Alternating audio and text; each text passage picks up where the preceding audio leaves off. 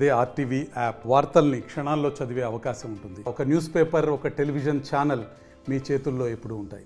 నిన్నటి దినాన జరిగినటువంటి ప్రవీణ్ పగడాల యాక్సిడెంట్ అని నమ్మించే ప్రయత్నం చేస్తూ ఉన్నారు. ఈరోజు నిజంగా అది యాక్సిడెంట్ అయితే ఓకే, కానీ ఆడున్నటువంటి దృశ్యాలు, ఆడ కనబడుతున్నటువంటి విషయాలన్నీ పరిశీలిస్తే తప్పకుండా ప్రవీణ్ పగడాల గారిని యాక్సిడెంట్ రూపంగా చిత్రీకరించి మర్డర్ చేశారనేసి యావత్ క్రైస్తవ లోకం ఈరోజు నమ్ముతా ఉంది.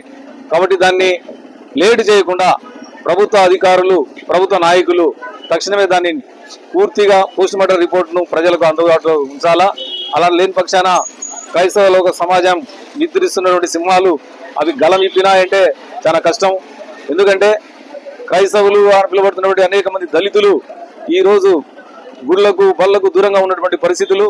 ఈరోజు కొద్దిమంది ప్రవీణ్ పగడాల ఒకడైపోయాడు, ఈ తర్వాత ఇంకా కొద్ది మందిని చంపుతామనేసి పోస్ట్ పెట్టడం జరిగింది.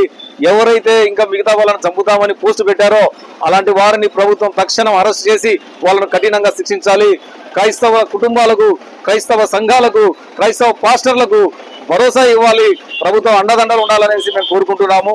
మరోసారి ఇలాంటిది ఉపద్రవం రాకుండా ఎవరైతే క్రైస్తవులో ఉన్నటువంటి పెద్దలను, పాస్టర్లను చంపుతామనేసి కొద్దిమంది సంఘాల నాయకులు సోషల్ మీడియాలో పెడుతున్నారు, వాళ్ళ పేరు అడ్రస్ సహా పెడుతున్నారు. కాబట్టి వాళ్ళను ప్రభుత్వము తక్షణం అరెస్ట్ చేయాలి. ఎందుకంటే ఒక మనిషిని తిట్టాడంటేనే ఈరోజు స్పందిస్తున్నటువంటి ప్రభుత్వం, ఒక రాజకీయ నాయకులను కానీ లేకపోతే కుల నాయకులను తిట్టుకున్నప్పుడు స్పందిస్తున్న ప్రభుత్వం, దైవజనులుగా పిలువబడుతున్నటువంటి క్రైస్తవ సమాజానికి మాదిరికరంగా ఉన్నటువంటి పాస్టర్ల మీద ఇలాంటి దాడులు చేస్తున్నటువంటి వారిని శిక్షించి క్రైస్తవులకు రక్షణ కల్పించాలని మేము ఆత్మకూరు తాలూకా నుంచి మేము ప్రభుత్వాన్ని కోరుతున్నాము.